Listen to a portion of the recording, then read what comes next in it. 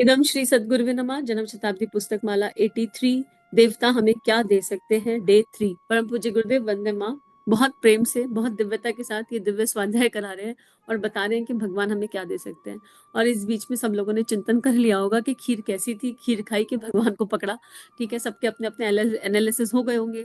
और सत्य ये यही बात अभी हम ग्रुप पर भी कर रहे थे, जो साथी लोग जब करते हैं उनके साथ भी यही बात कर रहे थे कि होता यही है कि हम भगवान सामने आ जाए और भगवान खीर का कटोरा लेकर आए तो हम खीर खाने में इतने खो जाएंगे, इतने खो जाएंगे, और फिर पूरी दुनिया को बताएंगे कि भगवान आए थे, खीर देकर गए, और कटोरे की खूबसूरती बताएंगे। वो कटोरा बहुत सुंदर था, उसमें से इतना प्रकाश निकल रहा था, और खीर का स्वाद तो क्या ही वर्णन करें, उसको तो एक्सप्लेन नहीं किया जा सकता। लेकिन भगवान को एक्सप्लेन नहीं करेंगे कि खीर देने कौन आया था, वो जगतपति था। ऐसे ही ये माया है मित्रों, हमें भगवान मिल गए गुरु के रूप में। और जब हमें भगवान मिल गए, स्वयं भगवान हमारे गुरु, परम सौभाग्य हमारा है। स्वयं नर तन लेकर नारायण हमारे बीच पधारा है। अपने अपने गुरु को जब हम ईश्वर मान लेंगे तो हमारी सारी समस्याओं का समाधान वही हो जाएगा, क्योंकि हमारे डिजायर्स धीरे धीरे खत्म हो जाएंगे। जब भगवान हमें मिल चुके हैं तो क्या भगवान हमारा ध्यान नहीं रखेंगे? क्या भगवान हमारी आवश्यकताओं का, हमारी जरूरतों का ध्यान नहीं रखेंगे? क्या एक माता पिता अपने संतान का ध्यान नहीं रखते? एक बार हम उन पे पूरी तरह समर्पण कर दें और खीर के मोह को भूल जाएं। हम इस संसार में भगवान की बनाई हुई दुनिया में उलझ गए, पर जिसने दुनिया बनाई उसकी तरफ विचार ही नहीं कर रहे। भगवान की बनाई हुई दुनिया में जीना ठीक है, जीविका उपार्जन करना ठीक है, पर जीविका उपार्जन के पीछे जीवन को भूलना कहाँ तक ठीक है? हम क्यों जीवन भूल गए? कर्म करना ठीक है, अपने पैशन को जीना ठीक है, पर अपने पैशन को कंपैशन के साथ जीने की आवश्यकता है। हम उसको अहंकार के साथ जी रहे हैं। ऐसा हम क्यों कर रहे हैं? आप इमेजिन करिए एक सिनेरियो, अगर भगवान आपके सामने आ जाए तो आप भगवान से क्या मांगेंगे? एक मिनट के लिए इस पर विचार कीजिए कि आप भगवान से क्या मांगेंगे। कितने लोग विचार कर रहे हैं? आंख बंद करिए और विचार कीजिए। भगवान सामने है और इस समय आपको कुछ भी दे सकते हैं, आप कुछ भी मांग सकते हो। तो आप एनालिसिस करो क्या मांगोगे, और आप ही को सोचना है, और कोई सोच नहीं पाएगा, कोई भी नहीं सोच पाएगा। क्या मांगना चाहते हो? सोचो सोचो सोचो, अच्छे से सोचो। यही एक पल है, और यकीन करो इस पल भगवान सामने है तो तुम जो इच्छा इस समय रख दोगे वो पूरी हो जाएगी। मांगो। अब कितने लोग ये चिंतन कर रहे हैं कि भगवान मांगेंगे? भाई यूट्यूब पर जितने लोग सुन रहे हैं वो तो अपने अपनी मुस्कुराहट से बताओ कमेंट पर, और जो लाइव में सुन रहे हैं कितने लोग चिंतन कर रहे हैं कि भगवान सामने आगे क्या मांगे, क्या मांगे, अभी समझ में नहीं आ रहा। कितने लोग ऐसे हैं जो सोच तो रहे हैं क्या मांगना है, पर समझ में नहीं आ रहा कि क्या मांगे, है ना? समझ में नहीं आ रहा। बात यही हो जाती है कि भगवान सामने है तो उनसे मांगने की आवश्यकता है क्या कुछ?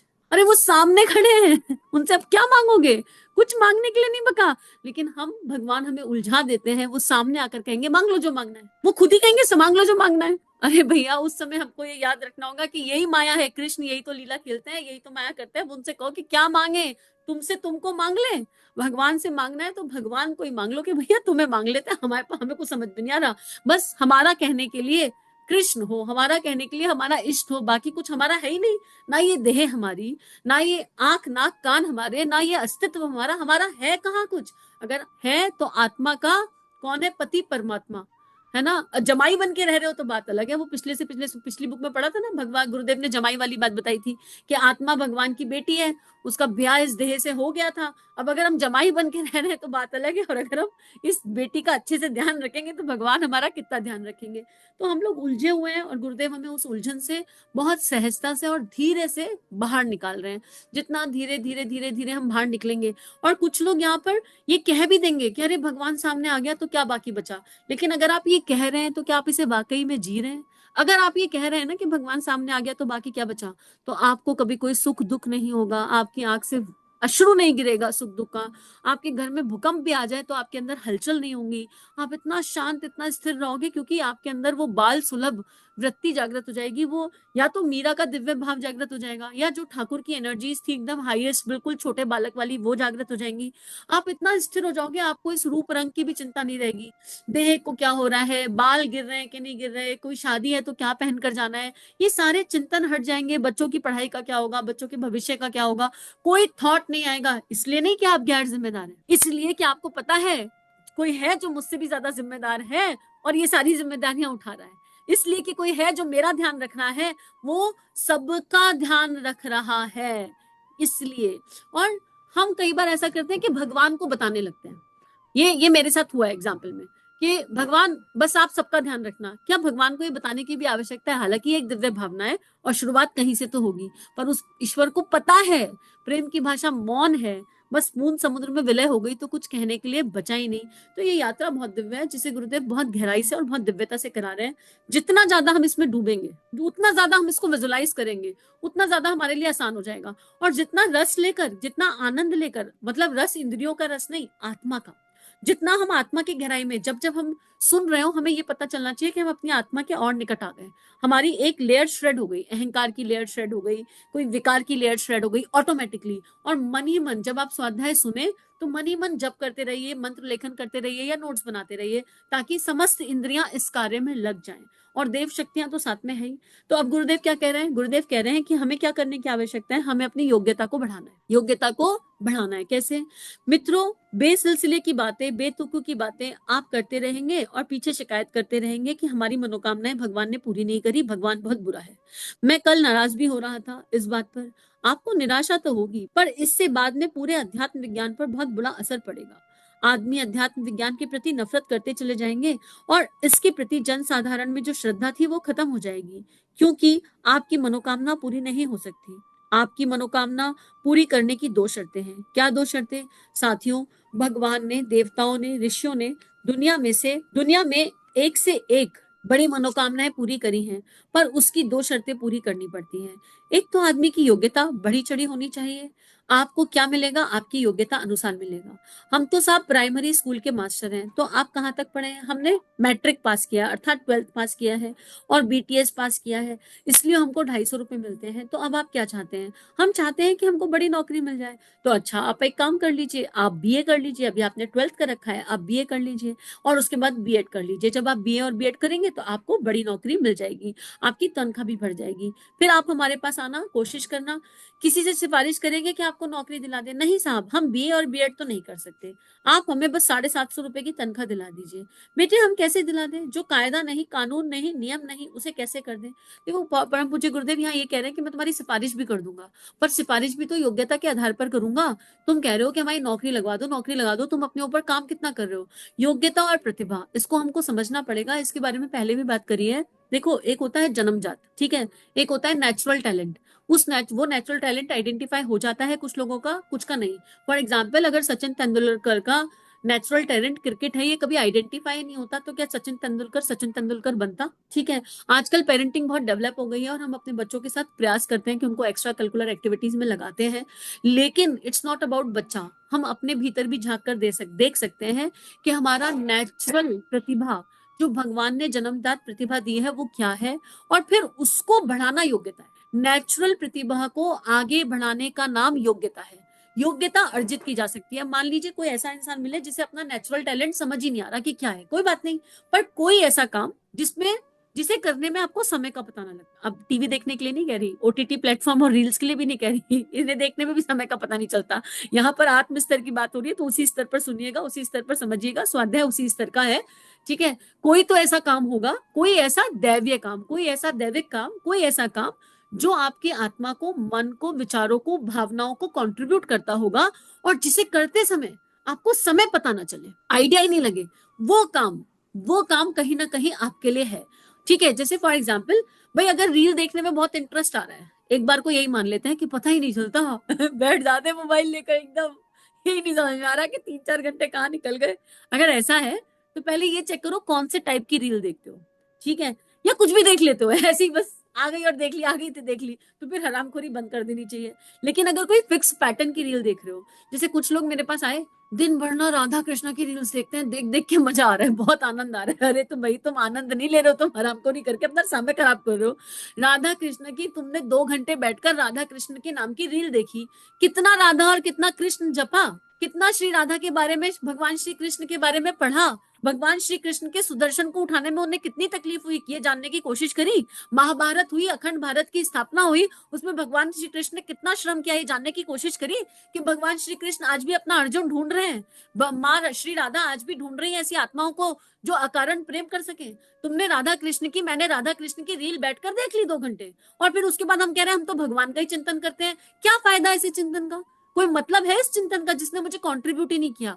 पर अच्छाई क्या है, हमारा मन इस तत्व में लगता है। अब यानी कि ये मेरे पास एक नेचुरल सतोगुणी, एक नेचुरल संस्कार है जो सतोगुण की तरफ जाता है। ठीक। और सतोगुण की तरफ जाता है, इसलिए मेरा मन रामायण की क्लिप्स देखने में या राधा कृष्ण देखने में लगता है। अब मुझे इस नेचुरल सतोगुण संस्कार को प्रतिभा और योग्यता के कॉम्बिनेशन से टॉप पर ले जाना है। उठाइए, पढ़िए धर्म ग्रंथ, समझने का कोशिश कीजिए उन्हें, उन प्रीचेस को अपने जीवन में अपनाइए। आत्म सुधार अपने जीवन का सबसे बड़ा जो गुरुदेव ने दिया वो यही है, आत्म सुधार समाज की सबसे बड़ी सेवा। तो पहले ये आइडेंटिफाई करो कि किस चीज में मन लग रहा है। मन को हर अवांछनीय चीज से हटाओ। आपको जब हम ये एनालाइज करेंगे तो हमें ये पता चल जाएगा कितनी फालतू चीजों में ये मन लगता है। फिर जब ये फालतू चीजों की तरफ जा रहा है तो उसको प्यार से बोलो, भाई इससे तुझे कुछ मिलने वाला नहीं है, कंट्रीब्यूट नहीं कर रहा। ये आंखें, ये कान, ये नाक बड़े महत्वपूर्ण है, इनसे हमको ठीक ठीक चीजें देखनी है, वो चीजें देखनी है जो हमें कंट्रीब्यूट करें। उसके बाद अपनी योग्यता और प्रतिभा। अब मान लीजिए आप राधा कृष्ण की रील देख रहे हैं, तो देखिए कि आप क्या उनकी पेंटिंग्स बना सकते हैं, या फिर आप खुद से रील्स डिजाइन करिए, लेकिन उनका कंटेंट सॉलिड होना चाहिए। उनका कंटेंट ऐसा होना चाहिए जो आपको कंट्रीब्यूट करे, आपके आसपास समाज को कंट्रीब्यूट करे, करना अपने ही निर्माण के लिए। तो परम पूज्य गुरुदेव कह रहे हैं कि मैं तुम्हारी सिफारिश भी कर दूंगा, पर तुम्हारे पास कोई योग्यता तो हो, तुम्हारे पास कोई डिग्री तो हो। संसारिक नौकरियां भी मिल जाएंगी, सरकारी नौकरियां भी मिल जाएंगी, पर हमने कोई एफर्ट लगाया क्या? आपको मैं एक और एग्जाम्पल बता देती हूँ कि मैं भी पढ़ाई की, मतलब एक जमाना था जब मैं पढ़ाई की बहुत बड़ी चोर थी। कौन सी? शिक्षा वाली पढ़ाई। मुझे नहीं शिक्षा वाली पढ़ाई समझ में आती थी, ठीक है। लेकिन गुरुदेव ने ऐसा किया कि 2012 के बाद ना मेरी पढ़ाई वापस स्टार्ट कराई, जबकि संतान, जो देह की संतान थी, बहुत छोटी थी। तब मुझे अंदर अंदर ना पढ़ने का मन नहीं करता था। योगा की बुक्स मुझे हैवी लगती थी, काउंसलिंग की पढ़ाई, स्पिरिचुअल काउंसलिंग का कोर्स किया, योगा का कोर्स किया, और पता नहीं कितने चक्रों से रिलेटेड कोर्स किए, और पता नहीं क्या क्या क्या क्या बहुत सारे कोर्सेज किए। तब मुझे लगता था मुझे ना जबरदस्ती गुरुदेव धक्के दे दे के पढ़ा रहे हैं और कोई मतलब नहीं है इस सब पढ़ाई का। लेकिन क्योंकि गुरुदेव कह रहे हैं तो पढ़ना है, तो पढ़ना, पढ़ाई तो समर्पण से करी, पर फिर भी अंदर कन्विंसिंग नहीं था। और यकीन कीजिए, जब गुरुदेव ने आगे उसके आयाम खोले, अगर वो पढ़ाई आज मेरे पास, वो डिग्री आज नहीं होती, तो मैं ये लिख नहीं सकती थी प्रोफाइल पर कहीं भी स्पिरिचुअल काउंसलर, मैं लिख ही नहीं सकती थी इस चीज को। उस डिग्री की आवश्यकता थी या नहीं थी। लेकिन अगर आप समाज में, अगर मैं एक गुरुदेव के कहने पर ये चैनल खोलकर बैठे हैं और इस चैनल पर हम लिख रहे हैं, काउंसलिंग शब्द को इस्तेमाल कर रहे हैं, तो we are not authorised to use this counselling शब्द until and unless we have a degree। और तब समझ में आया कि परम पूज्य गुरुदेव क्या करना चाहते थे और क्यों करना चाहते थे। हालांकि कोई काउंसलिंग करती नहीं हूँ, मैं बहुत कम काउंसलिंग्स करती हूँ, बहुत कम, क्योंकि सारी काउंसलिंग चैनल पर ही अवेलेबल है। बस किसी ने यहीं पर 50-60 ऑडियो सुन लिए तो उसको सब प्राप्त हो जाएगा जो गुरुदेव देना चाहते हैं, क्योंकि सब कुछ तो गुरुदेव की बुक से निकल कर आ रहा है। पर उनको देह की एक डिग्री, देह का स्वावलंबन, देह का ध्यान रखना था, तो परम पूज्य गुरुदेव को इस देह का ध्यान रखना था, इसलिए उनका कहना मान के पढ़ाई करी। तो बात बस यही है कि गुरुदेव कह रहे हैं कि अपनी योग्यताओं को बढ़ाइए, दिन भर हम क्या कर रहे हैं इस पर चिंतन करें, और अपनी प्रतिभा को आइडेंटिफाई करें। 1 हफ्ता लगता है प्रतिभा आइडेंटिफाई करने में, 1 वीक। बस थोड़ा सजग हो जाओ, थोड़ा सा अलर्ट हो जाओ। बचपन का कोई प्रतिभा थी अंदर, कोई नेचुरल टैलेंट था, डांसिंग का था, सिंगिंग का था, कोई वाद्य यंत्र बजाने का था, कुछ भी, कोई भी चीज, उसकी क्लासेस लेना शुरू कीजिए, अपने आप को ग्रूम कीजिए, अपने समय को सही इन्वेस्ट कीजिए। अब मोस्टली लोगों के साथ क्या होता है, जब वो क्लासेस लेने की सोचते हैं तो कहते हैं क्या फायदा प्रतिभा को आगे बढ़ाने का, क्योंकि हमारे मन में ये बात बैठी है कि प्रतिभा आगे बढ़ाने का मतलब क्या है, पैसा कमाना। अगर हम इस प्रतिभा से पैसा ना कमा पाए तो प्रतिभा आगे बढ़ाना बेकार है। ये एकदम यूजलेस थॉट है, इस थॉट को निकाल दो। जरूरी नहीं है कि आप अपनी प्रतिभा से पैसा ही कमाएं, ये मैंडेटरी नहीं है, और ये प्री रिक्विजिट भी नहीं है, ये बिल्कुल आवश्यक नहीं है। इस देह के पास गुरुदेव ने बोलने की प्रतिभा दी, बोलती बहुत थी, इस बोलने की एनर्जी को गुरुदेव ने स्वाध्याय में कन्वर्ट कर दिया। पर क्या मैं इससे पैसा कमा रही हूँ? नहीं, बिल्कुल भी नहीं। पर जो मैं कमा रही हूँ वो मैं आपको बता नहीं सकती मेरे पास, क्योंकि उसका कोई मेजरमेंट ही नहीं है। इतना सारा प्रेम, इतना सारा सम्मान, इतना इतना आनंद, मैं एक्सप्लेन नहीं कर सकती कि कितना भर भर के प्रेम आता है। मैं उसको मेजर कैसे करके बताऊं? अगर केवल पैसा होता तो नंबर होता, वो नंबर मैं आपको फिर भी बता देती कि भाई ये नंबर कमा रही हूँ। बट नहीं, नंबर नहीं कमा रही हूँ, पर जो कमा रही हूँ उसके बारे में अगर 2 मिनट चिंतन कर लूं तो अश्रु गिर जाते हैं, अंतर मन हिल जाता है, और समझ ही नहीं आता कि गुरुदेव इतना प्यार कैसे दे सकते हैं। तो मित्रों, अपनी प्रतिभा को और अपनी योग्यता को बढ़ाने के पीछे का जो उद्देश्य होना चाहिए वो ये होना चाहिए कि अपनी प्रतिभा को बढ़ाएंगे और युग निर्माण में लगा देंगे, क्योंकि वो प्रतिभा हमारी है ही नहीं, हमको हमारे सॉफ्टवेयर में भगवान ने डाल कर दी है। अगर आप डॉक्टर हैं, अगर आप इंजीनियर हैं, आप किसी भी फील्ड में हैं, आप उस फील्ड से रिलेटेड अपनी प्रतिभा को नर्चर कीजिए और फिर उससे लोगों की सेवा करना शुरू कर दीजिए, अपनी सेवा करना शुरू कर दीजिए। किसी भी तरह जब ढूंढेंगे तो रास्ता मिलेगा। तो गुरुदेव कह रहे हैं मनोकामना भगवान किसी की पूरी नहीं करते, और अगर आप मनोकामना पूरी कराना चाहते हैं तो मेरा हाथ तुम्हारे सिर पर है, मैं तुम्हारी सिफारिश भी करूंगा, तुम अपनी योग्यता बढ़ा लो। तुम योग्यता बढ़ाओगे और मैं तुम्हारी प्रतिभा को विश्वव्यापी अगर उचित होगा तो बना दूंगा। अब इसलिए भी प्रतिभा मत बढ़ाना कि उससे नेम एंड फेम मिलेगा, लोग हमें जानेंगे देखेंगे। ये सब ना बेकार की चीजें हैं, ये सब टेम्परेरी है। लोकेशना के भाव, नेम एंड फेम, ये सब चला जाएगा, लेकिन जो प्रेम है ना परमात्मा का, वो अनंत है और वो हमेशा रहेगा आत्मा के साथ। तो बस आज इस स्वाध्याय को यहीं पर पूर्ण करते हैं और इसी होमवर्क के साथ करते हैं कि हम अपने भीतर गहरा उतरें। और सीखने की कोई उम्र नहीं होती, जैसे प्रेम की कोई उम्र नहीं होती ना, ऐसे सीखने की भी कोई उम्र नहीं होती। तो डजंट मैटर कि हमारी दैहिक उम्र क्या है, लेकिन आज से चिंतन कर लीजिए, अब केवल घर तो नहीं बैठना है, घर बैठकर अपनी प्रतिभाओं पर काम करना है, योग्यताओं पर काम करना है। और अगर आपके पास कोई योग्यता है और आपने उसको समाज में बोया नहीं है तो बो दीजिए। अगर आप टीचिंग कर सकते हैं तो पढ़ाइए, लोगों को ढूंढिए, लेकिन इसलिए मत अटकिए कि अरे पैसा तो मिलता नहीं। मोटिवेशन फैक्टर अगर पैसा होगा और नेम एंड फेम होगा, तो ये नेम और फेम और ये पैसा टेम्परेरी है। जिस दिन ये खत्म हो जाएगा, मोटिवेशन खत्म हो जाएगा, ठंडे बस्ते में जाकर पड़ जाओगे, फिर हीन भावना की शिकार और हो जाओगे। तो राइट एनर्जी के साथ, राइट इंटेंशन के साथ, राइट काम आज ही से शुरू करेंगे।